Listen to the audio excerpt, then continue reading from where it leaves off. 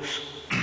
O tema que nós vamos abordar hoje em nosso ciclo de conferências aqui, em nosso espaço chamado Caminho da Luz, é sobre o livre-arbítrio. Nessa jornada esotérica, nessa caminhada espiritual, todos perguntam o que vem a ser o livre-arbítrio, né? Será que nós temos livre-arbítrio aqui no planeta? Qual é? Se temos o livre-arbítrio para fazermos o que quiser, que nível de livre-arbítrio? Como que é esse livre-arbítrio? Vamos tentar entendê-lo melhor, tá? Então, em função desse trabalho que a gente vem desenvolvendo com vocês, nesses seminários, nessa nossa abordagem esotérica, dos temas que nós trazemos aqui, sempre uma abordagem espiritualista, porém universalista, sem ter uma abordagem assim, ou espírita, ou kardecista, sabe, humanista, ou católico, ou cristão. Nós temos uma abordagem generalizada, sem rótulos. E como sempre, não é uma imposição de uma verdade, tá? É a colocação de ideias para que a gente possa pensar, discuti-las e ver se tem fundamento essas ideias. Assim a coisa fica muito mais interessante, tá? Ninguém é dono da verdade. Todo mundo tem o direito de buscar a verdade dentro de si mesmo, dentro da sua própria jornada de vida, né? Por isso que existem tantas religiões no mundo, porque cada indivíduo, né, vive a sua experiência de vida de acordo com a sua forma de ver o mundo, a sua forma de experimentar o mundo aí fora. E todas as vezes que o indivíduo tenta impor a sua verdade para o outro, ou ele escraviza, ou ele, né, entra em conflito. Então, o budismo e o zen budismo, o taoísmo sempre foi uma filosofia onde você é o centro de sua religião, né? E cada homem é a sua própria religião, para decidir o seu caminho, a sua verdade, através da sua experiência, né? O Buda sempre dizia uma frase muito importante que ele dizia: só deve valer como verdade aquilo que você experimenta e você comprova dentro de si mesmo essa verdade.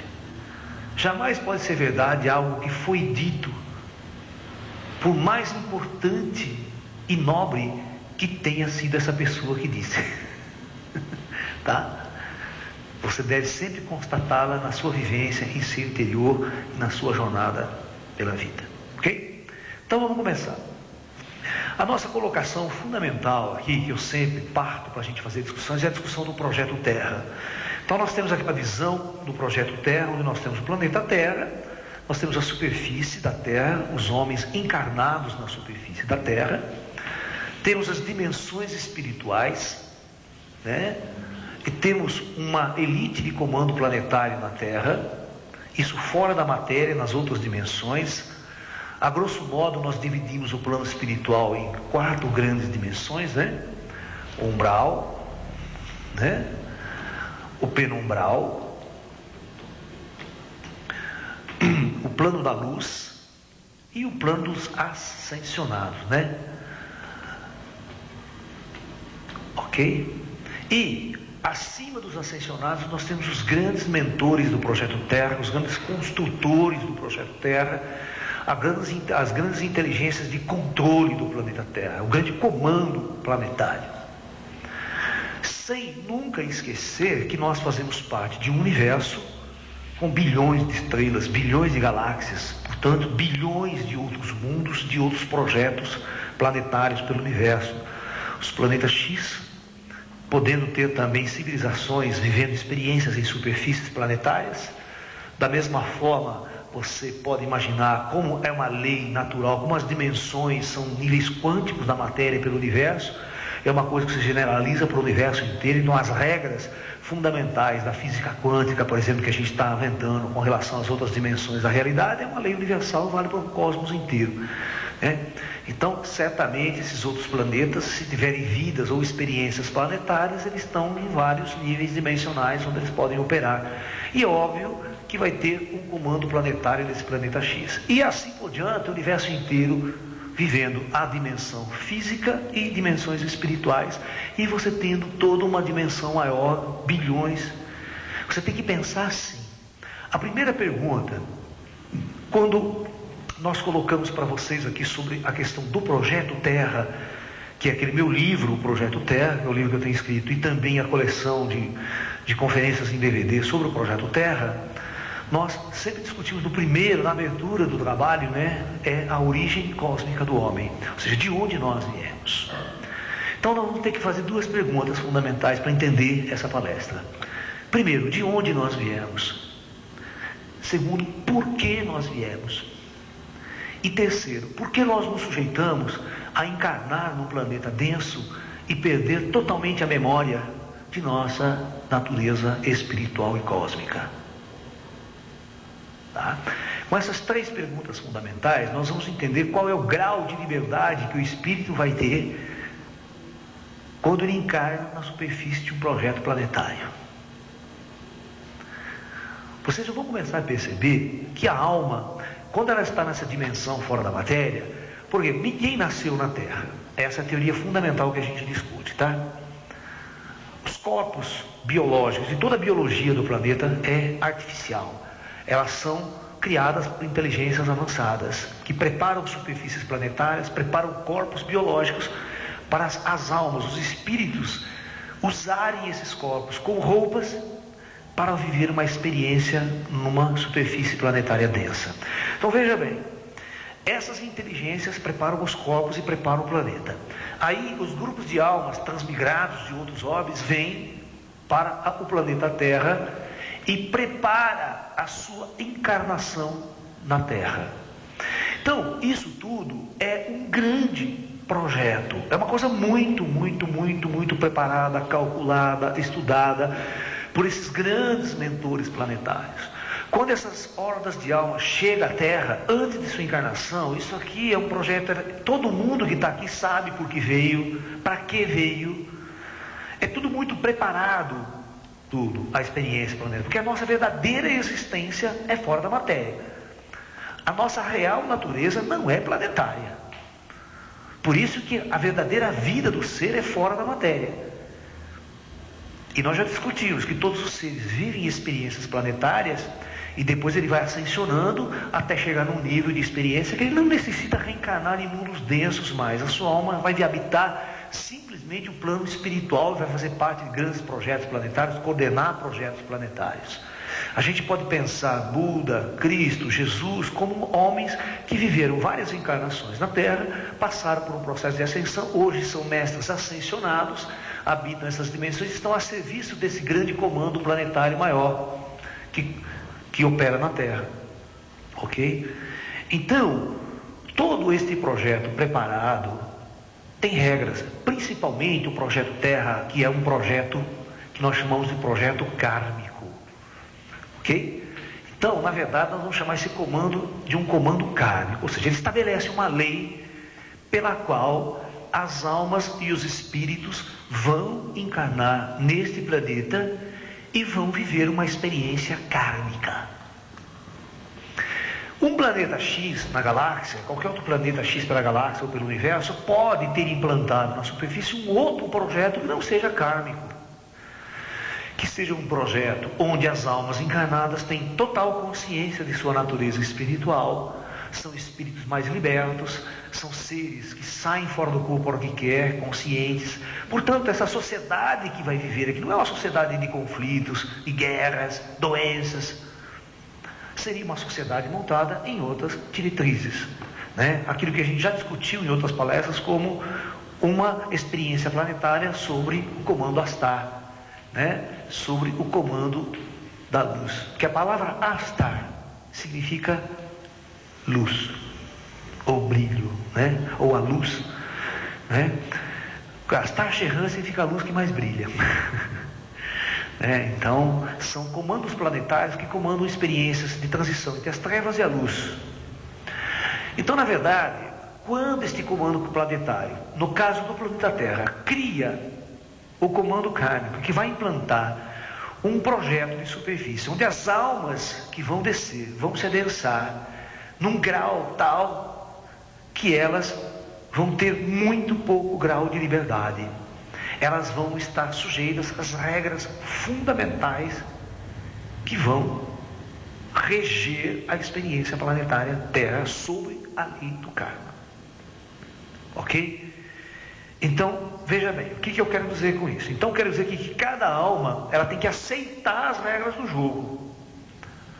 Quando ela vem no planeta Terra, ela entra em contato com o comando, esses comandos todos discutem, e você aceita, a sua horda aceita, e você vem para a Terra, então você agora, é como se você matricular numa faculdade, você matricula num curso, o currículo está lá, você sabe que você vai estudar aquelas coisas, são aquelas matérias que você vai viver.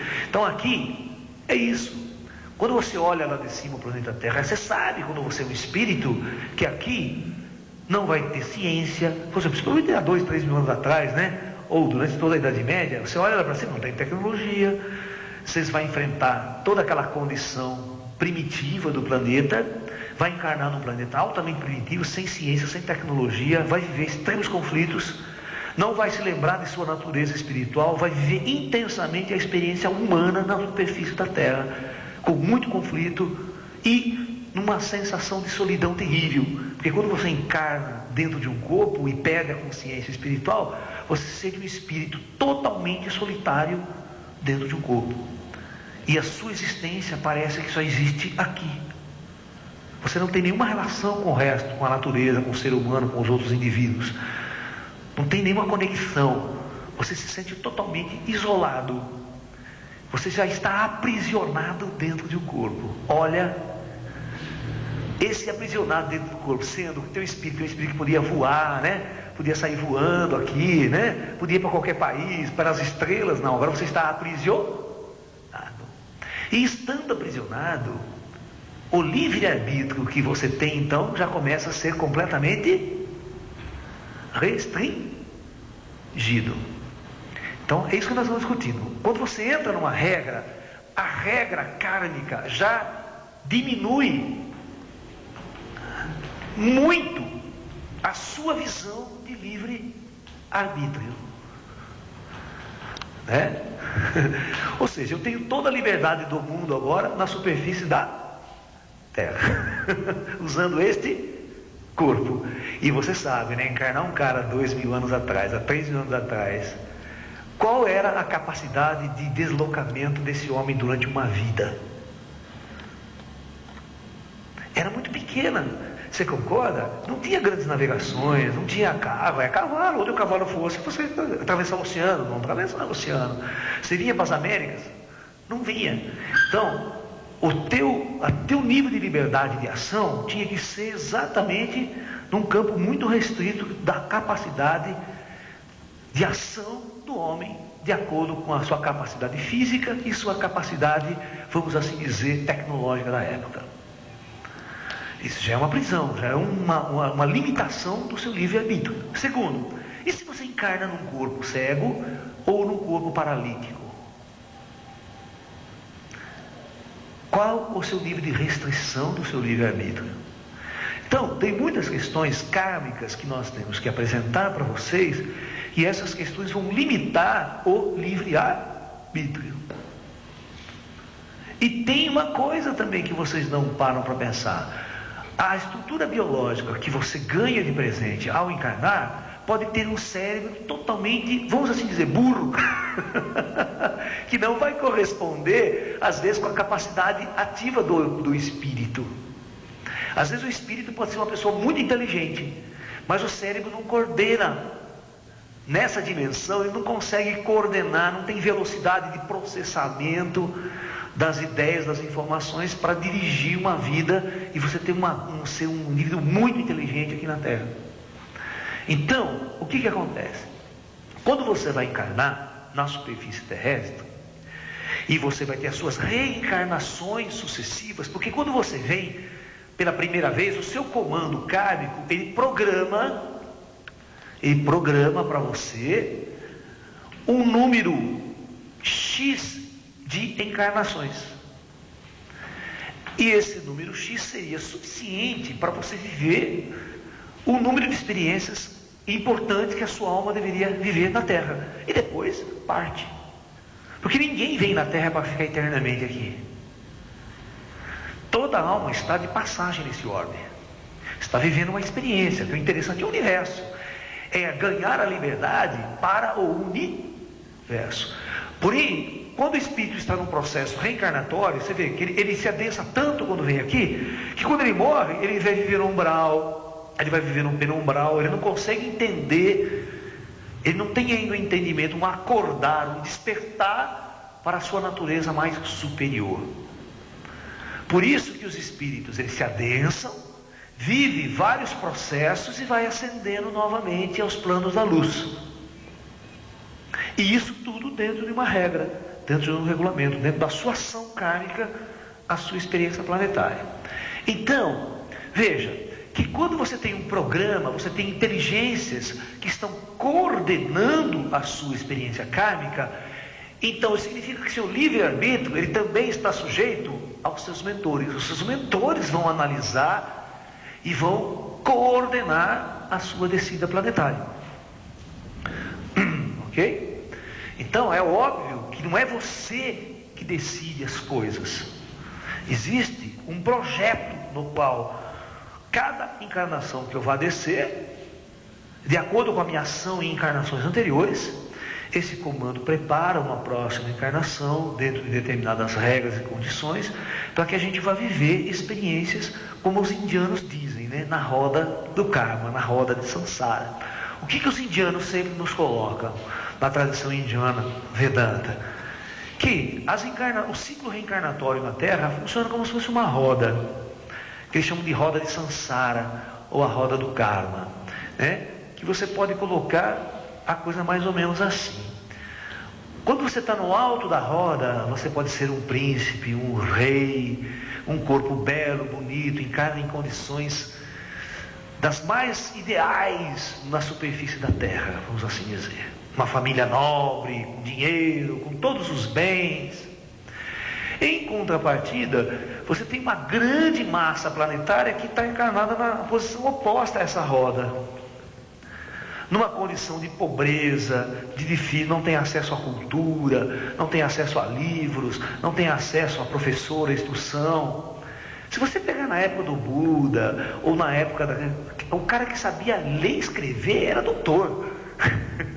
Você está entendendo? Devido a que tinha o pequeno conhecimento de ler ou escrever, ele era considerado a elite intelectual da época, só de saber ler e escrever, fazer continha, aquela coisa toda, né?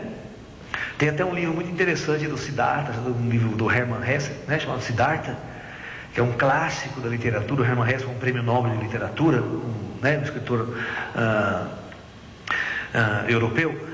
E você vai ver que num desses trechos, né, o Siddhartha era um cara que sabia ler e escrever. Nossa, quando ele fala assim, no lugar que ele sabe ler e escrever, pô, o cara já dá um cargo maior na empresa para ele.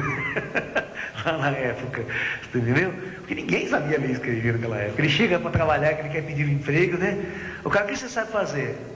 Aí fala, eu sei ler e escrever. Opa, então já bota ele como chefe.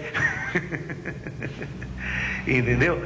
Então, na verdade, veja bem, quando você encarna em determinadas condições, na própria região que você encarna, e o povo que você encarna, e a condição que você encarna, já é uma extrema limitação da sua ação. Concorda? Você não vai ter sabedoria e conhecimento, você não vai ter acesso a ela.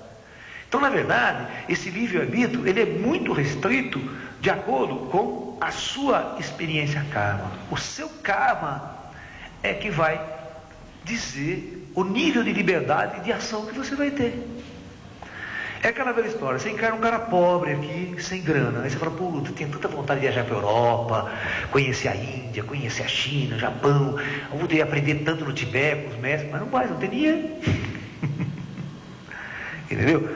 Já começam as chamadas restrições do seu livre-arbítrio. Você não pode ir para onde você quer. Você se lembra daquela história do Muro de Berlim? Da Guerra Fria? Qual alemão queria passar para o lado ocidental? Podia? Então, ele tinha um aprisionamento. Ele era obrigado a viver naquelas regras, naquelas condições políticas e sociais. O chinês hoje, se você pegar um chinês, típico chinês, naquelas condições, naquela regra, nossa, você está entendendo? Você não tem noção. Por exemplo, a Coreia do Norte. É tão louco, eu estava assistindo um documentário, por exemplo, aí da Coreia do Norte, onde foi dois ocidentais querendo fazer os filmes, estudar. Você precisa ver o cara que vai junto com eles, como a mente dos caras é altamente androidizada, fabricada pelo regime comunista de Pyongyang. Vocês não têm noção como o povo é androidizado para amar o rei, para amar o general deles, o grande general, sabe? Entendeu? O Kim Jong-sung lá, aquele grande general, ama, os caras morrem por ele. Uma visão extremamente arquetipal mesmo, de construir uma mente. Então, se você encarna num lugar desse, você vai ser um indivíduo sem nenhuma liberdade de consciência, porque você vai ser fabricado desde criança. As regras do jogo, você vai ser um indivíduo que vai ter aquela mentalidade. Entendeu? E é muito interessante você olhar esses documentários, você ver como os indivíduos são formados, são construídos ideologicamente. Né? Ou seja, o nível de liberdade é muito pouco para você ler um livro, para você raciocinar, porque lá não tem livro. Se você quiser um livro qualquer diferente, um Tao Te Ching, não tem para você ler, as bibliotecas não fornecem, porque é considerado um livro subversivo. Entendeu? Então, isso que eu quero dizer, que quando mesmo no dia de hoje, não é precisa ser 2, 3 mil anos atrás, mas mesmo nos dias de hoje, você encarna, por exemplo, na Palestina, se você encarna em determinada cultura, a cultura que você recebe, de acordo com a programação kármica, vai restringir profundamente a sua ação no mundo. Tá? Então, existe uma série de fatores que vai restringir a minha capacidade de compreender o universo, compreender o cosmos, compreender ET, compreender onde eu estou, o que eu estou fazendo aqui, né? Se você é subjugado por uma religião, por exemplo, por um pastor, que enfia uma ideologia religiosa em você, e você acaba acreditando que aquilo é a grande verdade, pode ser a maior mentira de todas, e você vive uma vida inteira em função daquela mentira.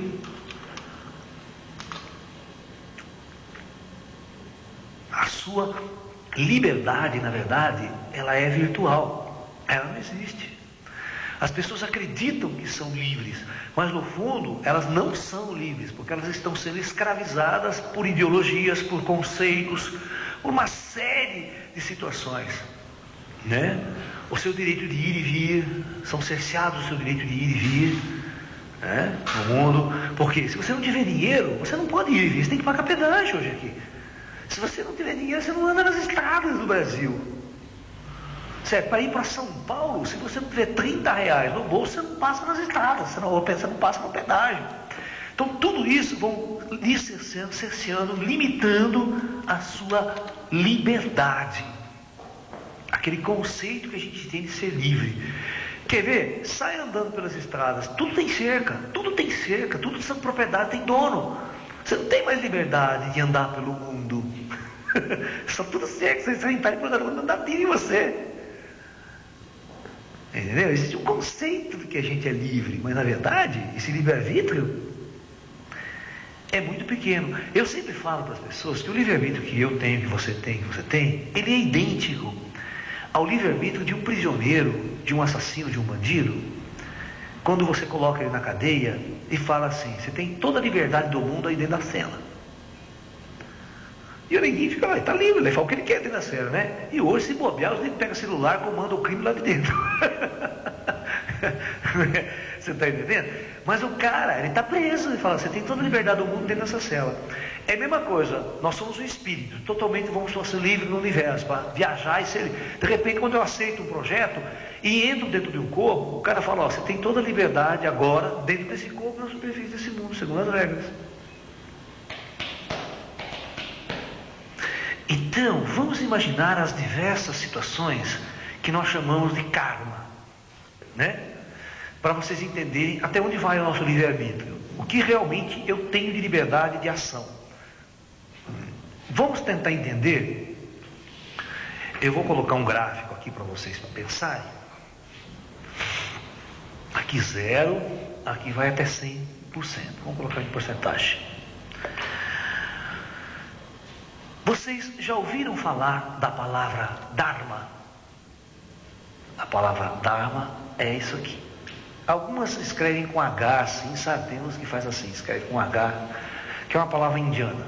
Mas É como se pronuncia Dharma. A palavra Dharma, ela é oposta à palavra karma. Tá? No sentido do conceito, conceitual. Significa o seguinte: karma significa as restrições à liberdade. Vamos simplificar. As restrições do seu livre-arbítrio que são impostas para você na sua condição projetada pelos seus mentores. É como você nasce, onde e como você nasce. O Dharma é exatamente as facilidades, as aberturas que são dadas para você pelo plano espiritual, né, para você viver essa encarnação na Terra. Por exemplo, nós chamamos de karma o indivíduo que nasce com defeitos congênitos, nasce paralítico, torto, tem que se arrastar para o resto da vida aqui. Um Dharma, uma pessoa nasce bonita, linda, perfeita, modelo manequim, chique pra caramba, nasce rica, filha de pessoas muito ricas, a gente considerar isso um Dharma. Você está entendendo? Porque essa condição vai lhe dar uma condição melhor de usar esse Dharma. Tá? Agora, eu sempre falo, a sabedoria do indivíduo é que vai fazer ele alterar essas condições.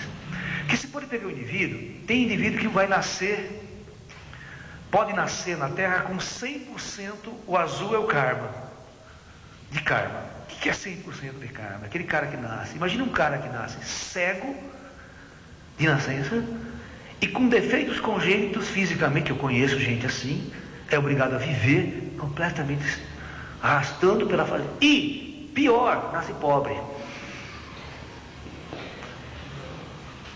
Vai na Praça da Sé, em São Paulo, lá, você vê neguinho se arrastando no chão em aqueles carrinhos de rolimã, tudo torto, sem perna, cego de um zóio, tal, cara tudo atrofiada, corcunda, e se arrastando de pobre.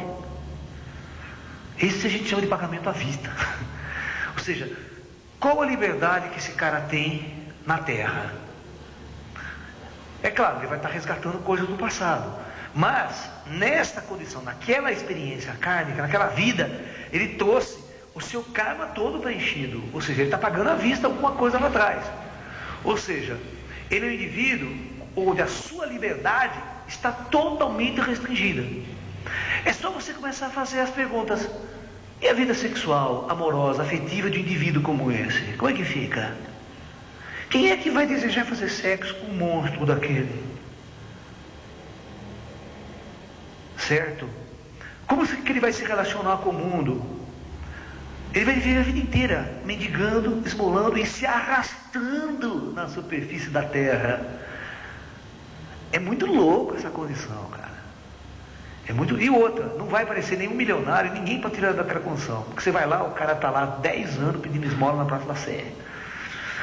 Não tem governo que resolve o caso. É muito interessante você observar as situações de cada indivíduo e analisar esse processo do livre-arbítrio de cada um. Por isso eu falo, quando você olha para a tua vida e tanta coisa boa que você tem e você não dá valor, fica só chorando na vida aí, você está entendendo? E você não sabe valorizar a capacidade intelectual que você tem, a capacidade que você tem de entrar na internet, estudar, pegar o conhecimento humano, discutir com seus amigos. Isso é uma dádiva, isso é um dharma tão grande e que a gente às vezes não sabe valorizar. A gente às vezes fica angustiado porque não pode comprar um carro do ano. A gente fica angustiado porque a casa nossa não é tão chique, maravilhosa quanto eu sonhava, quanto eu queria. Tanta bobagem. A gente sofre às vezes por bobagem e não sabe valorizar a luz, o dharma que nós recebemos de sermos pessoas que podemos usar um grau de liberdade que nos foi dado, um dharma que nos foi dado. Tá? Então, essa é a condição que nós chamamos de karma. O cara vem com karma muito pesado, então o seu livre-arbítrio é totalmente restrito, tá? E imagine um indivíduo, depende da cultura que ele nasce. Como eu falei, se vocês assistirem um documentário sobre a Coreia do Norte, ou sobre determinados países, onde a educação é uma educação extremamente para a formação de androide, onde o líder político é o Deus na Terra, porque eles não permitem religião, de fato, espécie alguma, né, nessas regimes mais pesados comunistas. Então, o seu único Deus é o general. É o rei, o imperador que está ali, que dá tudo para ele, dá assistente de saúde e tal. Eles se ajoelham na frente do retrato do seu general. Você está entendendo? É um negócio absurdo, como desde criança essas consciências são fabricadas. É muito interessante. Então, você pega um homem-bomba, por exemplo. Como que ele vai se sujeitar a ser um homem-bomba, né? Que tipo de educação ele teve? Né? Um moleque que às vezes nasce com um carro, você vê lá de 10, 12 anos, já está com uma M16 na mão, uma AK-47, dando tiro para o alto. Né? O indivíduo está fadado a ser aquilo. Ele não tem uma visão ampla do mundo para, não quero isso para mim. Mas isso é karma? Aonde você nasce, aonde as suas condições são impostas, né? É o seu karma. Às vezes você nasce no Brasil, num lugar livre de tudo, mas você fala, pô, que país, que governo. Bicho, as pessoas têm que aprender uma coisa, não ligar para o governo. É você que tem que fazer o seu caminho. Você que tem que fazer a sua vida, o seu processo. Esquece o governo. O governo nunca vai fazer nada por você. Tá? A nossa total busca, a nossa total liberdade tem que ser uma ação muito profunda de nós mesmos. Porque só a nossa capacidade, a nossa luta pode alterar o nosso karma. Tá? Agora você pode pegar uma pessoa, por exemplo, né? Você pode pegar um indivíduo assim, ó, que ele vem com 50% de karma na sua vida, né? E 50% de dharma. O que é? Você pega um indivíduo que pode nascer pobre, um pouco de karma, mas ele nasce muito inteligente. Você está entendendo? Então o cosmos dá alguma coisa para ele. Você está entendendo? Agora, como é que ele vai usar esse dharma? O segredo está em como eu vou utilizar o meu dharma. Você pode utilizar esse dharma como sendo um tremendo filho da puta para fazer mais pessoas sofrerem, para você estar ganhando mais karma na próxima encarnação. Eu nego já você com tudo de novo. Você entendeu? Ou você pode usar esse pouco dharma que você tem para ajudar as pessoas, para trabalhar em função do outro, ser uma pessoa boa, ser uma pessoa que vai estudar, vai melhorar, vai tentar se transformar, sair daquela condição que é imposta às vezes por essa parte do seu karma. Entendeu? É como você usa a sua liberdade. Então, aqui é dado um pouco de liberdade para você. O cosmos, os seus mentores dão uma liberdade para você agir. Ele encarna num país mais livre, pode encarnar num país mais livre, com maiores condições financeiras, com acesso à faculdade, à universidade, a estudo, um lugar onde você vai aprender a ser mais livre, a questionar. Você pode encarnar, por exemplo, numa Índia, na porta de um mestre fantástico, que você tem a educação dele. E se você encarnar filho de um grande mestre iluminado, você pode encarnar na Índia. Desde cedo você tem o teu pai, um grande ser de luz, que vai te dar uma puta educação, vai levar você lá nas estrelas. Sacou? Então, isso são as diferenças de liberdade kármica.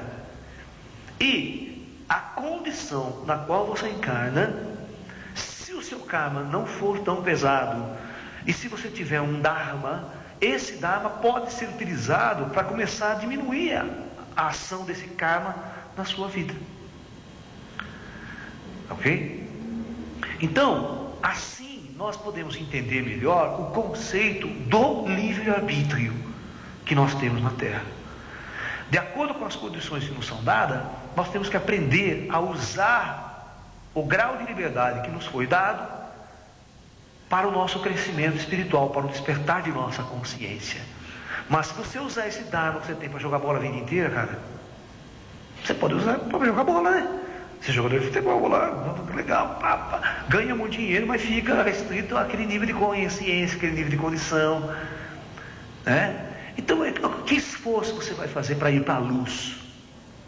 Um esforço para reeducar a tua alma, o teu espírito, para acordar o teu espírito, para despertar o seu chakra superior, para ser um ser espiritualmente superior.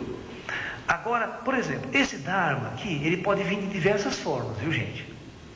Esse Dharma, ele pode vir na sua vida com uma abertura espiritual, com uma faculdade psíquica desperta, que eu chamo de um grau de mediunidade. Vamos ver o Chico Xavier. Chico Xavier, que desde cedo, desde criança, se torna um grande vidente e um grande ser que contata os espíritos. Ele se torna um elo dessa dimensão maior para essa dimensão das trevas planetárias. Por isso que o planeta Terra é chamado de planeta das trevas. Porque a maior parte dos espíritos encarnados não tem a mínima consciência que são almas encarnadas. E quando um outro espírito, um outro ser com um pouco mais de abertura psíquica dada pelo plano espiritual, porque se você perguntar para Chico Xavier, para muitos bons médiuns que tem hoje no Brasil, no mundo, eles vão falar uma coisa, que antes deles encarnarem, eles já estavam sendo preparados para serem essas pessoas médiuns e fazer uma missão, um trabalho missionário no mundo, para levar uma consciência. Então são espíritos que vêm programados para receber na vida um Dharma, e esse Dharma vai ser a mediunidade. Agora, aquela velha história, essa mediunidade é um Dharma. Agora, como é que você vai usar essa mediunidade? Se você negar ela, ela pode ser o seu karma, seu sofrimento, sua angústia. Agora, se você for uma pessoa inteligente e perceber que essa sua mediunidade natural, que é dada para você, é um grande instrumento de aprendizado, de tomada de consciência, de transformação do seu próprio ser, e você pode pegar essa mediunidade e agir para transformar o mundo, ou as pessoas que estão ao seu lado, levar mais luz. Tá? Então vocês vão ver que cada ser humano encarnado na Terra tem um nível de livre-arbítrio. As pessoas não são iguais. Elas não têm o mesmo grau de liberdade. É uma bobagem você achar que todo mundo é livre. Não é. As pessoas não são livres. Um exemplo eu dou para vocês. Eu fui professor e sou professor durante a minha vida toda. Certo? Você tinha que explicar. Eu boto uma classe de 40 alunos. Crianças, jovens, adultos. Eu chego aqui, eu faço uma equação matemática, explico. Entenderam? Você vai ver que sempre tem 2 ou 3 que são desgraçados, eles sacam tudo e vai fazer a prova tirar 10. O resto tira 0, é ruim demais. Por quê? Todos estão tendo as mesmas condições, o mesmo professor, sabe? Os mesmos níveis de liberdade, estão todos ali sentadinhos, mas as pessoas são muito diferentes. As pessoas têm capacidades diferentes. Tem pessoas que enquanto você está fazendo, ele está percebendo coisa lá longe, cara. E tem outro que demora, puta, não entra na cabeça do cara. É aquela velha história. Se você não tiver um Dharma para tocar um instrumento musical, eu posso jogar a música na tua mão, você não toca nada. Tem outro, né, que você não precisa nem ensinar, o cara já pega e sai tocando. Você dá uma semana dele. O que é isso? A gente fala dom, né? O que é o dom? Porque na verdade as pessoas têm uma energia na consciência para certas coisas muito diferentes umas das outras. Então o que nós devemos ter a consciência de respeitar essas diferenças. Sabe? Saber entender o porquê que o outro é diferente. Você não tem que fazer com que todas as pessoas pensem do mesmo jeito que você, acreditem nas mesmas, gostem das mesmas coisas que você gosta. Você está entendendo? Aquela vez, porque eu gosto de rock, todo mundo tem que gostar de rock. Eu gosto de pagode, que horrível, sertanejo. Deixa as pessoas curtindo o que elas querem curtir. Elas são livres para viver a sua essência. Viva a sua e respeite a dos outros.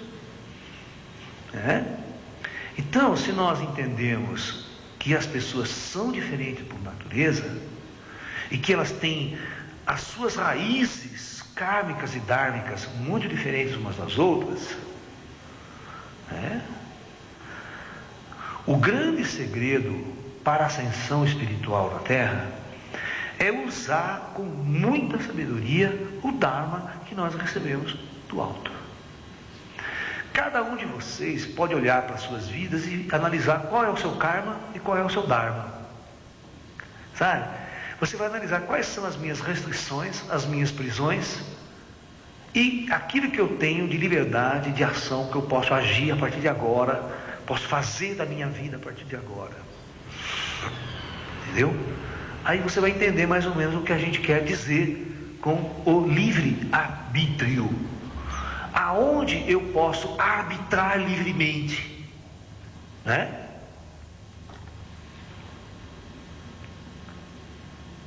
Você está entendendo? Eu fico falando da Coreia, porque da Coreia ela está muito mais expressa agora na mídia. Mas eu também vejo que o povo ocidental, que acha livre, ele tem um condicionamento mercadológico, consumista e materialista tão violento quanto os comunistas. Tem de um outro lado. Porque o ser humano, ele não sabe pensar, buscar atrás de espiritualidade, ele só sabe consumir, ir para shopping center, comprar televisão. Então eles acham que são livres porque aparentemente eles são livres, mas eles têm que acordar todo dia às 7 horas da manhã e trabalhar o dia inteiro e voltar para casa. E todos os dias, semana inteira, assim. Se eles não tiverem emprego, eles não pagam aluguel, não pagam a escola, não vivem. É aquilo que eu falei. Se você não tiver um pouco de dinheiro, você não tem liberdade nenhuma de ação nesse planeta. Nessa sociedade nossa, materialista e capitalista. Onde as pessoas são valorizadas pelos quantos elas acumulam, pelo quanto elas têm de bens materiais. Elas não são valorizadas pelas suas capacidades espirituais, pela sua capacidade intelectual, às vezes, ou espiritual. Não. Só pelo que ela veste, pelo que ela apresenta e pelo que ela possui de riqueza e de fama e de poder. Então é uma sociedade, nós vivemos numa sociedade que quem assiste a minhas palestras há muito tempo aqui, vão perceber que nós somos um grande crítico da humanidade como um todo. Porque em todas as partes há a restrição de uma tomada de consciência de que nós somos almas em trânsito. Que o planeta só vai mudar quando o homem acordar para o seu espírito. Nenhum sistema político vai funcionar, nenhum homem vai mudar enquanto ele não acordar para o espírito. Não existe nenhum sistema político que vai funcionar. Agora, quando o homem acordar para o espírito, por si só, todas as leis e regras vão ser instaladas naturalmente. Quando o homem acorda para o espírito, naturalmente ele não vai ser mais violento, ele não vai matar mais ninguém, não vai roubar. Naturalmente ele vai saber que as coisas são. Ele não vai fazer mais nada disso. Ele vai atingir um grau de consciência tal do mundo, da vida, da existência, certo? Que ele traz o céu para onde?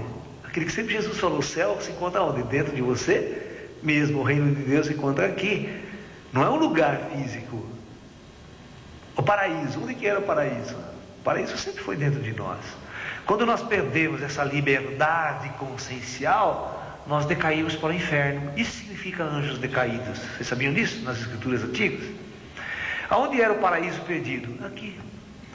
Onde nós tínhamos toda a consciência de que nós éramos livres e vivíamos sem medo da morte, sem medo da opressão, sem medo da escravidão, sem medo do condicionamento sociopolítico e do controle dos imperadores. Nós éramos espíritos imortais, livres. Quando entramos no projeto Terra, sobre a lei do karma, é exatamente o que o Antigo Testamento quer dizer com a expulsão do paraíso. Com a expulsão do paraíso, nós perdemos totalmente o livre-arbítrio que tínhamos nas dimensões superiores. É, meu filho, vem aqui com o papai. Para quem não está vendo, é o meu gato que está chorando aqui.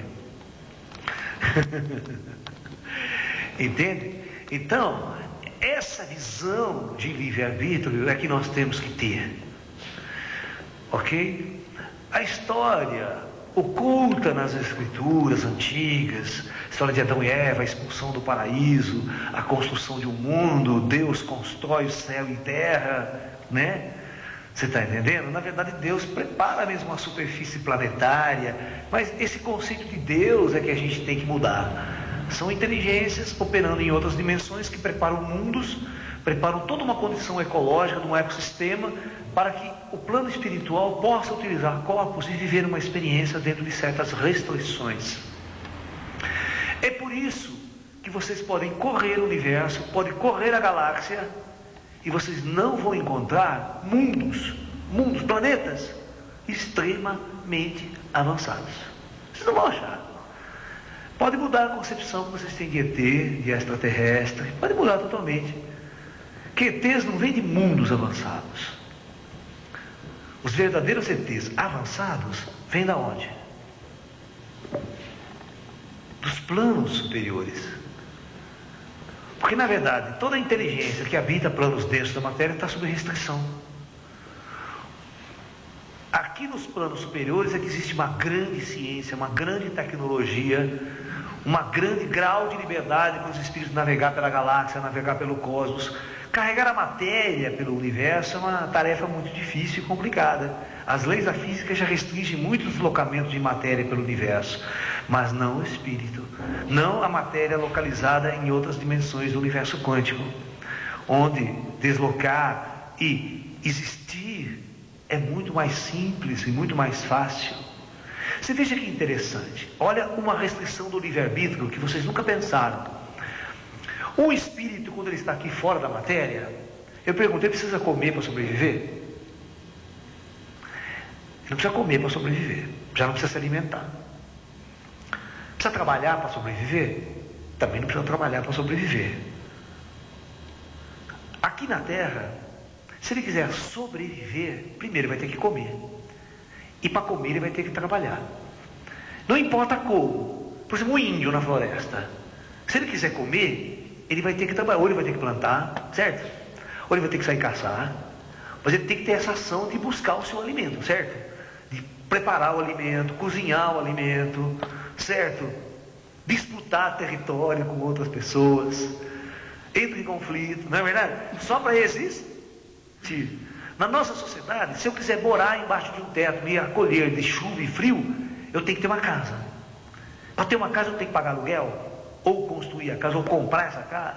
Mas para comprar e ter esse mecanismo de troca, eu tenho que trabalhar, senão estou lascado. Então, neste nosso mundo, só para sobreviver nesse mundo, eu já tenho uma escravidão. Eu sou escravo dessa ação que é conquistar por exemplo, o alimento, conquistar a moradia dentro de uma sociedade competitiva ao extremo. Mas quando eu sou espírito, eu não tenho essa restrição. Eu não preciso comer, não preciso beber, não preciso, não preciso morar, pode chover, que não vai fazer nada comigo. O espírito está muito mais livre de regras. Aqui ele é jogado no ecossistema, e o ecossistema é exatamente aquela luta animal pela sobrevivência da espécie biológica. É uma regra que já é imposta. Você vai ter que comer, você vai ter que lutar, você vai ter que buscar o seu alimento, conquistar o seu alimento, conquistar a sua moradia, conquistar a sua fêmea. Olha que louco, é verdade. Você tem que conquistar a fêmea. Quando a gente discute aqueles relacionamentos afetivos, o tanto, amor, é que a gente vai discutir esse lado do ser humano. Você vê que a maior parte do ser humano na Terra é infeliz, é triste, é amargurado, depressivo, porque é infeliz no amor, é infeliz no relacionamento afetivo, é infeliz no casamento, né? Porque ele tem que, mais uma vez, lutar para conquistar a fêmea, para conquistar o seu parceiro ideal, para conquistar o amor. Se ele não tem o amor, a vida dele é uma droga. Ele fica angustiado, depressivo, solitário, infeliz, né? Às vezes pode ganhar dinheiro, fazer sucesso, mas ele está angustiado, deprimido, porque ninguém me ama, ninguém me quer. E se ele encarna feio que dói, nenhuma mulher quer ele. Ele pode até encarnar rico, milionário, mas feio. Cada um tem o seu karma diferente, né? Tem um dharma e tem um karma. Uma parte ele vai ter que trabalhar muito na superfície desse planeta. O karma é exatamente aquela área que é colocada, os obstáculos que são colocados na sua encarnação para você crescer, para você vencer, para você romper, para você ir adiante. E o dharma é a ferramenta que você vai ter para vencer esse karma. Então, na verdade, o planeta Terra é um planeta muito calculado e projetado para a alma crescer, para a alma, vamos usar essa palavra, vai, evoluir, para a alma aprender com essas dificuldades. Nenhum karma é um castigo. O karma é algo muito bem projetado por inteligências superiores, para que nós possamos, através desses obstáculos, fortalecer a nossa consciência e evoluir o nosso espírito. A própria jornada à Terra é uma experiência muito interessante. Mas todos nós sabemos, como Jesus Cristo sabia, como o Buda sabia, aí dentro de você existe um Deus, está aí. É uma questão de acordar. Mas quando você está encarnado aqui, você não sabe que você é isso, que você é um espírito livre, um ser cósmico, que vestiu uma roupa e perdeu a consciência de si mesmo. Então essa perda de consciência é uma total restrição na sua liberdade, no seu livre-arbítrio cósmico. Então nós temos que falar de livre-arbítrio planetário. O livre-arbítrio que cada homem tem na sua condição como homem encarnado. Que liberdade que ele tem? Essa liberdade vai ser muito restrita de acordo com as suas capacidades mentais, psíquicas. Se você encarna um mongoloide, o que é um indivíduo mongoloide? Você sabe o que é um indivíduo mongoloide? Muito pouca gente sabe o que é um indivíduo mongoloide. O mongoloide é uma classe de espíritos diferentes, é uma horda de espíritos diferentes na Terra. Eles não fazem parte da nossa linhagem humana. No astral Terra, foi trazido para a Terra um grupo de almas, tá? Eles foram trazidos todos em grupos. E a origem deles é idêntica. Eles vêm de um planeta, de uma experiência planetária, e são seres aquáticos. Imagine um golfinho, sabe? Golfinho, a inteligência do golfinho, a alma de um golfinho, de um peixe, sendo trazido para a Terra para encarnar como um corpo humano. Mas tem um grau de inteligência, é um ser inteligente, não é um burro. Por isso, todos os seres desta ordem, quando vão encarnar entre nós para viver uma experiência conjunta, este corpo biológico que ele vai assumir tem que ser adaptado a ele. Então por isso que todo mongoloide é mais ou menos igual. Aquele gene, né? O gene X lá, né? Que tem uma mutação no gene, né? Tem um gene que é mutável, como se os engenheiros siderais já modificam aquele gene, então já nasce um corpo específico com as características para aquela alma usar. E os mongoloides, você nunca vai ver um mongoloide violento. Todos os mongoloides são extremamente dóceis, são extremamente meigos. E você quer ver ele ficar feliz? Faz uma experiência. Eu já fiz isso. Joga ele na água, joga ele numa piscina, joga ele no rio. Vai aqui na Aril e conversa com as pessoas que trabalham com a síndrome de Down. Quando você joga ele na água, na piscina, o cara fica louco. Ele se sente no mundo dele. Eles são criaturas muito amorosas, mas são espíritos que você não compreende ele direito. Eles têm um universo deles. É igual, por exemplo, o autista. O autista vive num universo totalmente dele. Ele não é igual a nós.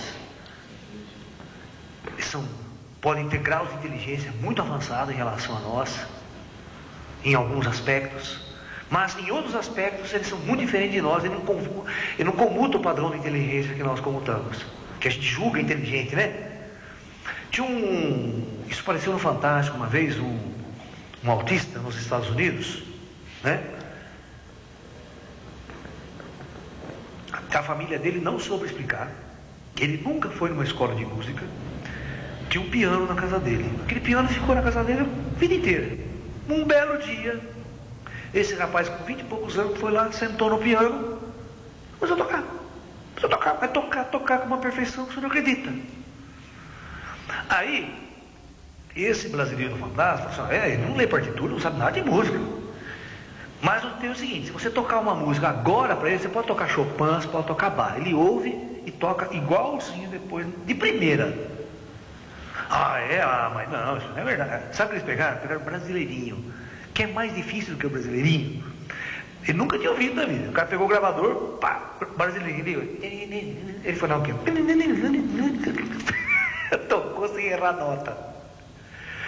Como é que você explica isso? A ciência não explica. Que alma que está ali? Quais as restrições ao livre-arbítrio? Porque nós entendemos, nós temos uma consciência do espírito, da inteligência, ou da mente, ou do cérebro. Principalmente cientista, que não acredita em alma e vida após a morte, né? Para ele tudo é cérebro, né? Mas vocês vão ver que as diferenças que existem na humanidade são diferentes, porque as almas são diferentes, de origens diferentes e de graus culturais diferentes. Por isso que você vê no mundo, por exemplo, né, pessoas na Idade da Pedra hoje vivendo como na Idade da Pedra, hoje, em tribos, em lugares do mundo, no planeta. E você vê outras sociedades completamente avançadas, muito avançadas em milhões de aspectos. Tá? Então, essas diferenças têm que ser estabelecidas naquilo que a gente chama de livre-arbítrio, né? Que livre-arbítrio mongoloide tem? Você pode dar liberdade, mas ele vai seguir aquele padrão de comportamento, aquele projeto de vida que lhe foi imposto, e ele não vai sair daquele padrão, ele vai morrer daquele jeito. É interessante pensar nesses detalhes também, né? Ou vocês acham que ser mongoloide é um karma? Não é. Nem dos pais. Nem dos pais. Os pais podem aprender muito com aquela criança, com aquele ser, porque ele é um espírito diferente no meio humano. É um ET, cara, é um extraterrestre encarnado aqui, pode ter certeza. Você entendeu? Ele é um ET ali, completamente diferente. Completamente diferente. Se eu contar uma história, o pai dele, né, sempre veio assistir minhas palestras, há muitos anos atrás. O menino é vivo até hoje, ele mora aqui perto do Grande São João. Na década de 80, eu tinha um grupo de ufologia. Essa canção, eu tinha um grupo de ufologia. Tá? E eu dava umas palestras de ufologia aqui em Limeira. E esse menino mongoloide adorava esse negócio de disco voador. Então o pai dele levou ele para assistir minha palestra. Ele ficou assistindo minha palestra assim. Adorava, falava em ET, disco voador, outro mundo, para ele era. Aí eu fazia reunião todo sábado em casa. Ah, você não tem noção. Ele fazia o pai dele levar ele todo sábado na minha casa para assistir as minhas palestras de ufologia, minha reunião de ufologia. Tá? Aí eu sempre fazia coisa meio esotérica. Eu sou médium, sensitivo, então fazia reunião de meditação, né? Tal. Nós temos essa visão do ET espírito, transcendental, tal. Aí um dia ele chega para mim assim, ele falou assim: olha aí, esse negócio é o seguinte. Fala desses seus amigos ET, fala dos meus amigos ET, que eu quero dar volta de disco voador. Porque a coisa que eu mais quero na minha vida é andar de disco voador. Esse menino mongoloide. Na época ele tinha uns 20 anos. Cara, esse menino foi para casa de noite. Depois desse dia, no sábado à noite. Quando foi no domingo, 7 horas da manhã, tá ele e o pai dele em casa acordando ele, tirando da cama. Porque ele falou assim, o pai dele viu, foi dormir no quarto, quando deu umas 3 horas da manhã, explodiu uma bola de luz no quarto dele, mas explodiu uma bola de luz, o pai dele assustado, vendo aquele um ruído estranho no quarto, ele vendo aquela bola, ele achou que estava pegando fogo no quarto do moleque. Entrou no quarto, não tinha mais a luz, o moleque sentado na cama assim. O que foi, Beto? O que aconteceu, Beto? Ah, eu fui dar volta de disco voador, você teve que ir buscar eu. E você vê ele como... Não, ele queria aquela hora que ele voltou para ele vir cá em casa contar para mim que você teve que buscar ele para dar volta de disco voador. E ele conta a história inteirinha. Falou, você tem que chegar no meu quarto, pegaram eu, levaram por uma porta, que brilhou uma porta, ele entrou uma porta, foi dentro do disco voador, foi passear com você. 2 horas depois você traz ele de volta. E o pai dele acorda a hora que o pai dele traz ele de volta. Agora eu pergunto, por que os ETs levaram aquele mongoloide e não levaram nenhum outro do grupo? O que aquele ser tem que os outros não têm? Então, o karma, a ordem espiritual desses seres são diferentes. Nós estamos seguindo uma regra kármica muito densa que talvez os ETs não podem intervir em nossas vidas. Por que ET não desce em praça pública? Por que ET não desce lá no governo tal? Não. Existem umas regras muito profundas para não haver uma interferência no projeto kármico da Terra. É aquela mesma pergunta que vocês têm que fazer. Por que Jesus não se materializa agora e convence o planeta de que ele existe? Não precisa acreditar nem em ET. Se você é um religioso, acredita em Jesus. Por que Jesus não materializa, vai lá falar com o Bush, vai lá falar com o capaz, né? Reúne todo mundo, bate um papo, materializei, voltei. Né? Mas não, por quê? Porque o planeta segue uma ordem muito pré-estabelecida, onde cada ação do ser humano na superfície da Terra é calculada, é observada, é analisada para a sua própria ordem espiritual. Porque na verdade, nós estamos vivendo uma experiência planetária. Na verdade, ninguém morre, certo? Nós estamos vivendo uma peça de teatro aqui. Nós estamos sendo atores numa peça de teatro. É como o Bhagavad Gita coloca a experiência humana na Terra. O livro Bhagavad Gita, ele sempre vai colocar a experiência humana na Terra como um teatro, onde a alma vem aqui para viver um personagem. E por isso que na roda de Sansara, hoje você vive o personagem de rei, amanhã você vive o personagem de um soldado, amanhã de um plebeu, amanhã de um escravo. Você vive personagens aqui. E quando você realmente está na outra dimensão e percebe que você é um ator que somente veste fantasias para viver a epopeia da experiência humana, isso é como o Bhagavad Gita conversa com Arjuna, como o Krishna conversa com Arjuna no Bhagavad Gita, né? É muito interessante porque o Bhagavad Gita é uma grande batalha, né? Está acontecendo uma grande batalha. O Bhagavad Gita, o livro é assim, vou resumir o livro para vocês vão entender.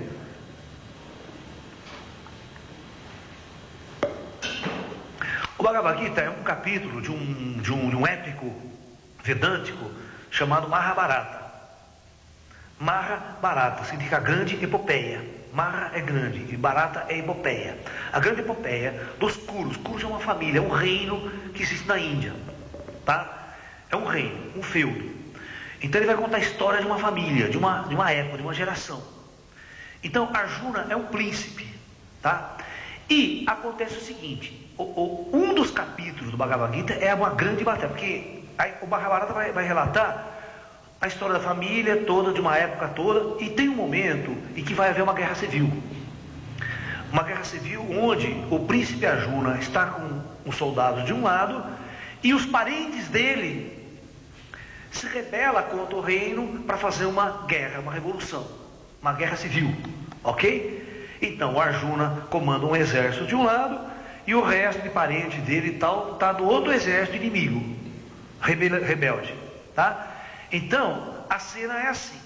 Então as duas tropas estão no campo de batalha e é dada a largada e as tropas vão vindo para entrar naquele choque de guerra. Neste momento, antes do choque, o Krishna, o Deus Krishna, aparece e paralisa o tempo. Todo cavalo para assim, todo soldado paralisado. E no livro inteiro, a guerra está paralisada, o mundo está paralisado, a ação está paralisada. Certo? Aí Krishna aparece para o príncipe Arjuna, que é o comandante de uma das tropas. E o Arjuna vai conversar com Krishna o tempo todo. O Krishna pergunta assim, mas Krishna, por favor, por que eu tenho que guerrear? Por que eu tenho que batalhar? Eu não quero matar meus irmãos, meus primos, meus parentes. Por que você me coloca numa condição dessa? Então uma puta discussão com Deus. Certo? E você vai ver as respostas que o Krishna dá para Arjuna. Então, o livro Bhagavad Gita é isso. É a grande situação do homem na Terra. Posto para agir. Tem que agir na marra. Então aí o Arjuna e o Krishna vão receber uma lição. Leiam o Bhagavad Gita, que é um dos livros mais belos da humanidade. Mas leiam com vários olhos. Porque tem várias interpretações que você pode tirar do Bhagavad Gita. Tem uma interpretação bem literal mesmo, a batalha estava acontecendo, outra subjetiva, outra... Então, é muito interessante ler o Bhagavad Gita. Eu ainda vou fazer uma palestra para vocês aqui sobre o Bhagavad Gita, prometo para vocês, né? Eu tenho uma palestra dela, mas não está gravada em DVD, só está gravada em CD de áudio, tá? Mas são os chamados grandes livros da humanidade, né? Eu considero que a humanidade tem 4 grandes livros, mestres, alicerces, pilares da humanidade. A Bíblia, o Evangelho de Buda, o livro do Buda, né? O Tao Te Ching, taoísta, tá? O Bhagavad Gita na Índia, e por que não o livro de Maomé, o Alcorão. Entendeu? Então, todos esses grandes livros, se você lê, eles são profundos, muito profundos. Agora, como o ser humano interpreta e cria religiões em torno dele é outra história. Tá? Aí vai das limitações estruturais de quem vai vivenciar a sua religiosidade. Mas a princípio, todos esses grandes orientadores da humanidade são grandes homens, são grandes mestres que fizeram a grande diferença de trazer uma luz para a humanidade. Tá? Essa é a minha visão. Tanto dos muçulmanos, os tibetanos, os budistas, os taoístas, os espíritas, os cristãos. A sua fonte original é uma das mais belas e maravilhosas. Agora, como cada ser humano, cada homem vai discutir isso é uma outra história. Ok? Muito bem. Então, quando você está na condição, aquela história do Bhagavad Gita é muito interessante para vocês verem a ideia do livre-arbítrio, né? Para vocês estarem fixados e presos no livre-arbítrio. O Bhagavad Gita discute muito isso, porque o Arjuna, ele não quer lutar, ele quer sair daquela condição. Ele falou assim: eu não quero matar, não quero lutar. Aí o Krishna vai colocando bem, mas você aceitou essas condições, quando você encarnou, você percebeu que essa aqui é um grande teatro, uma grande condição para ver essa discussão. Entendeu? Então, esse aspecto é muito interessante para entender o conceito de livre-arbítrio. Porque quando você assume um corpo, assume um papel na peça teatral Terra, você vai ter que viver esse papel. Você vai viver esse personagem. Né? Você está me entendendo? Porque é aquela velha história. Quando você olha, você chega para encarar a primeira vez na Terra, né? E você olha para baixo, você tem um cenário aqui. Aí o teu mentor kármico fala assim para você: você quer encarnar, você quer descer? Ó, as regras são essas, as condições são essas. Que experiência você vai viver lá? Ó, você vai viver uma experiência de conflito, de guerra. Você vai passar por doenças, por sofrimento, uma série de questões fundamentais, que é exatamente as condições impostas para o projeto Terra. Você quer viver essa experiência densa, dentro dessas condições? Você vai lá: aceito, então tudo bem. Aí você entra na regra do jogo. Uma vez entrada na regra do jogo, não tem como na metade do caminho alterar coisas, tem que ir até o fim. O Espírito sabe disso. Tá? Eu sempre falei para vocês que tem muitos casos que o indivíduo está vivendo várias encarnações na Terra, aí uma das encarnações ele sobe, o conselho kármico dele pode pretear e ir para um outro planeta, uma outra regra, num outro projeto, e viver uma experiência lá, passar um tempo lá. Aí depois ele retorna para a Terra com uma outra visão, uma outra consciência interessante, e pode encarnar de novo na Terra e ser um espírito bem diferenciado aqui na Terra. Nós tivemos ao longo da história da humanidade muitos espíritos bem diferenciados na humanidade, que eles sozinhos faziam a diferença. Eles sozinhos eram alicerces e fundadores de grandes correntes de pensamento. Né? Você pega os homens muito de Leonardo da Vinci, você pega grandes mestres, grandes artistas, pessoas muito inteligentes que na sua cultura, no seu povo, sozinho eles faziam a diferença, né? Não eram pessoas comuns, né? Mesmo sobre aquelas condições difíceis, sobre como todo mundo estava vivendo, eles se destacavam, faziam sozinho uma grande diferença. Porque eles tinham uma capacidade espiritual, eles tinham um Dharma, que a utilização desse Dharma fazia muita diferença para o seu povo, para a sua sociedade. Um Siddhartha Gautama, um Buda, que resolve servir à luz com uma inteligência, com uma mestria incrível, a ponto dele ser luz e direção para milhões de seres humanos na humanidade. Jesus a mesma coisa, né? E assim por diante. Você vê, Maomé, né? Ele é luz para muitas pessoas. Você está entendendo? Então essas pessoas fazem a diferença, elas apontam no caminho espiritual, porque são raras as pessoas nesse mundo que fazem uma revolução planetária apontando para o ser humano o caminho espiritual. Certo? Porque é muito mais fácil seguir o caminho material. Aparentemente é mais fácil, mas a gente percebe que o mundo é escravo, todo mundo serve o material, serve o rei, serve o sistema político. É muito interessante vocês assistirem esses documentários sobre a Coreia do Norte, porque vocês vão ver como o ser humano serve o imperador, cara. É muito louco hoje, os caras se ajoelham na frente do retrato do imperador, porque a minha vida está entregue a você, toda a minha vida eu vou dedicar ao general, que isso, sabe, é uma adoração tão doente, tão louca, mas isso é fabricado. Aqui, talvez você não adore um homem, um general, mas que você adora o dinheiro, você adora, seu desgraçado. Você é escravo, você vive o tempo todo adorando uma besta, que aquele gente falou, que é a besta do Apocalipse, que é o dinheiro. O dinheiro é considerado uma das grandes bestas do Apocalipse, que o homem adora a besta, mas não adora a sua alma, o seu espírito, o seu ser, sua religiosidade, sua liberdade. Então ele luta, trabalha que nem um louco para conquistar essa moeda. Sabe? Esse lucro, esse dinheiro que possibilita ele, né, ter uma certa visão, uma certa percepção de mundo. Então o indivíduo, no fundo, ele é escravo de uma ideologia. Ele é escravo de um sistema. Cara, você pega um negro que trabalha numa indústria, cara, o dia inteiro lá, martelando, soldando, teste, o dia inteiro de produção, ele não sai dali 12 horas, não é mole, cara.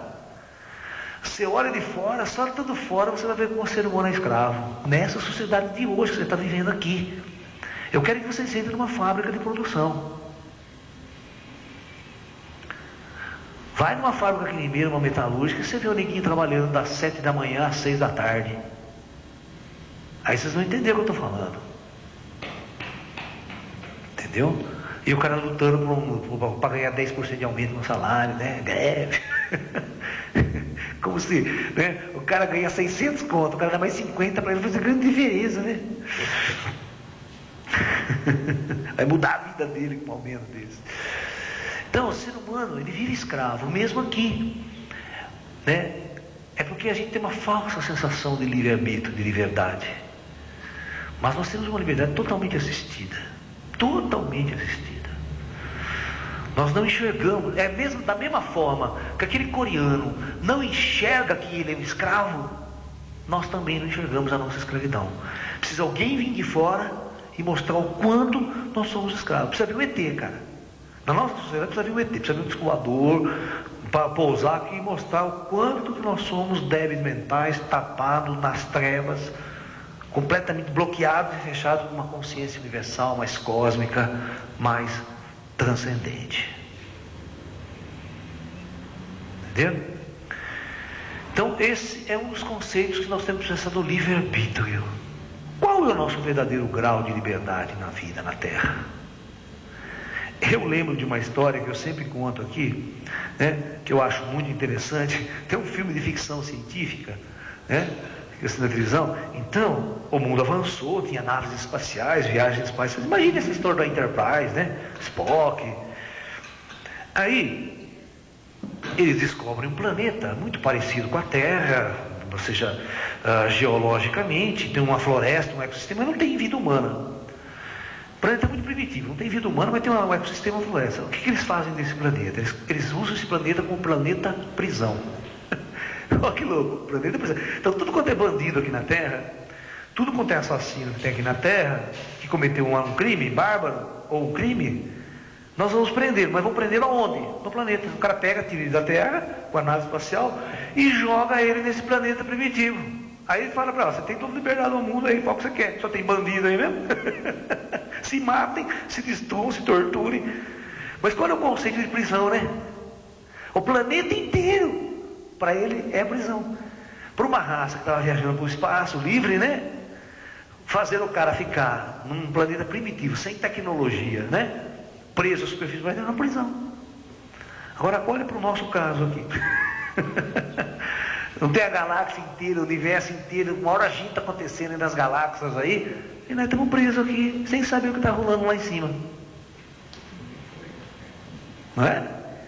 Quanta coisa não deve estar acontecendo no universo agora, não? E no plano espiritual? O Chico Xavier, num dos seus livros, fala que a população espiritual no orbe terrestre é praticamente 3 vezes maior do que o número de encarnados. Você imagina o agito que não deve ser aqui no umbral, no penumbral, não? É. Muita coisa não deve estar acontecendo no orbe terrestre fora da matéria. E eu pergunto, você tem a liberdade de saber disso? Você tem a liberdade de viajar por aqui? Nem viajar pela terra nós temos total liberdade hoje em dia mais, né? Você já viu o soldado marchando? Lembra da Segunda Guerra Mundial, aquele soldado?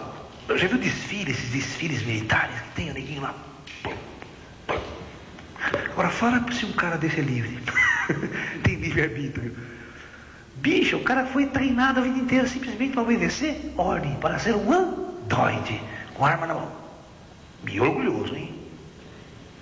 Só o jeito de marchar, você já vê que ele é um androide, parece um robô, né? Já viu o alemão marchar na Segunda Guerra Mundial? Era muito louco, o alemão dava aquele passo assim, né? Não é? Você olhava o negro tudo igualzinho. Tinha que ser igual para ser bonito, né? Coreografado, é um negócio louco, cara. E aqueles. Agora vamos passar, vamos para a Inglaterra agora. Já viu aqueles soldados reais que ficam naquelas posições, aquele capuz na cabeça, aquele trequinho de pego na cabeça? O cara é assim, o serviço dele não pode rir. O que esse cara é? Né? Mas aqui no Ocidente, pelo menos, ele escolheu o cisne, escolheu. Mas você escolhe de acordo com o seu grau de percepção da realidade. É o que eu falo. Quando você tem uma consciência e não sabe usar, você vai ser jogador de futebol, vai ser soldado, vai ser militar. Você está entendendo? Ou você vai meditar nas montanhas. Ou você vai para o ashram do Lalá. Né? O nosso ashram nas montanhas, nós vamos ficar lá zen, buscando. Ele levou a escolher uma condição dessa. Ele levou a escolher uma condição dessa. Porque ele não teve a capacidade. Por exemplo, eu começo a pensar comigo mesmo. Eu, desde moleque, eu já era um questionador. Eu já era um anarquista. Eu nunca aceitava as coisas que os professores falavam para mim. Matemática, física. Eu sempre fui considerado um gênio em matemática e física. Vocês conhecem alguém? Não é falando nada de mim, mas como que a coisa aconteceu comigo na minha vida? Eu fui um cara que eu era tão bom em física e matemática, que o meu primeiro ano de faculdade, eu fiz cursinho, vestibular das faculdades. Tá? Entrei em física na Unicamp. Esse cursinho que eu fiz vestibular das faculdades, no mesmo ano que eu entrei na Unicamp, ele me convidou para ser professor de física. E o engraçado foi o seguinte, que no mês de maio, eu peguei turma de vestibular da faculdade para dar aula. Então teve muitos amigos meus que estudavam do meu lado na minha carteira, que foi fazer o vestibular, tomou pau, foi repetir o cursinho o ano que vem, passou a ser meu aluno. Não é muito engraçado isso? Eu não tinha cara para dar aula para ele. Você está entendendo? Mas como eu vim de uma família assim, bastante humilde, pobre, eu sempre tive que trabalhar para pagar minha faculdade, e além disso eu pagava aluguel na minha casa. Então eu tinha que aceitar todo tipo de emprego que vinha. Então, se vocês vão ver, eu posso mostrar fotos para vocês de quando eu era aluno da Unicamp, eu dava aula de Kung Fu na Unicamp para ganhar dinheiro na hora do almoço. À noite eu saía, viajava para Limeira para dar aula aqui em cursinho, supletivo ginasial, né? Aí no segundo ano de faculdade eu peguei emprego no ângulo em Campinas, fui dar aula no ângulo lá também. E assim foi, eu sempre me virando para poder sobreviver, pagar a faculdade, pagar as despesas da minha casa, ajudar na minha casa aqui. Que na minha casa sempre foi eu, meu irmão e minha mãe, né? E a gente que sustentava a nossa casa. Eu sempre paguei aluguel a vida inteira, né? Agora nesses últimos anos que eu consegui comprar esse espaço, que é essa casinha, botar minha mãe, meu irmão, minha família aqui. Mas ó, e ainda quando você decide ser um anarquista, cara, quando você não quer fazer o jogo do sistema, isso que é duro, porque eu desde muito cedo eu rompi com o sistema, então a minha vida não foi ganhar dinheiro, eu nunca ganhei dinheiro na minha vida, mas eu ganhei a luz, eu ganhei a liberdade de ver o mundo de fora, e a experiência como médium, né, fez eu ver o universo, o mundo de um outro jeito completamente diferente. Eu acho que essa é a nossa grande riqueza, a riqueza de você ter uma experiência mediúnica e usá-la como uma grande ferramenta de autocompreensão, uma ferramenta de iluminação, uma ferramenta de transcendência, para a gente poder estar aqui hoje, batendo papo com vocês, discutindo ideias, discutindo princípios, discutindo definindo conceitos que possam levar as pessoas a acordar, a despertar esse seu potencial interior para a luz, para a espiritualidade. Uma das grandes liberdades que nós temos nesse mundo, eu acho que todo mundo tem, não importa o seu nível, mas a luz é mostrada para todos. Bicho, não tem uma pessoa no mundo que não ouviu falar de Jesus, que não ouviu falar de Buda, hoje, no dia de hoje. Então, você pode tomar uma decisão agora na sua vida. Ou você pode servir as trevas, ou você pode caminhar para a luz. E hoje tem milhões de recursos para você buscar essa luz, não tem? Hoje a informação, principalmente no Brasil, sabe? Não vou dizer num país tão restrito quanto Coreia, quanto outros países do mundo, mas aqui, nós, embora a gente considere um país pobre, somos um país humilde, mas a humildade não é desculpa, não é verdade? Eu sempre fui humilde, cara. Minha família, você imagine hoje, a minha infância, hoje, se a gente for retratar, o meu bairro é esse que vocês estão vendo aqui. Eu nasci e vivi aqui nesse bairro que vocês estão vendo. Mas só que há 50 anos atrás, há 30, 40 anos atrás, isso aqui é como se fosse o Abílio Pedro hoje. Como se fosse o Ernesto Kiel aqui na Bolívia. É um bairro de classe pobre e, além disso, a gente brinca, só da bandido e ladrão. Mas não é verdade. Ou seja, você tem condições. Se você for buscar, tem na biblioteca pública. Eu, por exemplo, nunca tive dinheiro para comprar livro. Eu ia na biblioteca pública estudar. Eu pegava todos os livros da biblioteca, lia, estudava, ficava ali. Eu adorava fazer isso. Tudo quanto é livro de astronomia que tinha na biblioteca, eu lia. Eu devorava. Entendeu? Então, eu acho que o nosso espírito interior vai à luta e vai à busca. Você rompe certos karmas que você tem, que estão impedindo você, através da sua busca por conhecimento, pela luz.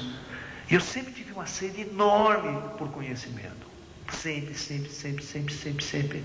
Se você falasse, eu tinha, por exemplo, 14, 15, 16 anos de idade. Se você falar, eu vou fazer um disco voador, lá ia tudo, largava tudo que nós estávamos fazendo para ir lá ver o negócio do disco voador. Vocês estão entendendo? Pelo negócio de ET, era fanático por isso. Você está entendendo? Então, essa busca por respostas, desde muito cedo, cria em nós, a capacidade de romper certos elos, romper nossos karmas e buscar explicações para a nossa existência e para o universo. E entender o nosso papel aqui. E quando você começa a questionar esses valores, pode ter certeza que você se liberta de certas escravidão. Da escravidão e do jugo dos imperadores, dos nossos formadores de opinião, daquelas pessoas que querem transformar você num soldado, querem transformar você num androide, num robô, num operário padrão nas indústrias do mundo. O ser humano não precisa disso. O ser humano precisa de luz, de conhecimento e sabedoria. E a maior de todas, a sabedoria, não é nenhuma técnica, não é nenhuma científica dentro desses padrões do conhecimento da ciência material, não. Mas o maior de todos os conhecimentos que o indivíduo pode adquirir numa existência é o despertar do seu espírito, da sua alma, do seu interior. É assim que eu vejo. Cada um pode romper com o seu karma, com suas restrições, e usar o pequeno livre-arbítrio que tem para ir em busca da luz. É isso que eu penso. Essa é a minha colocação de hoje. Tá ok? Então, namastê e muita paz.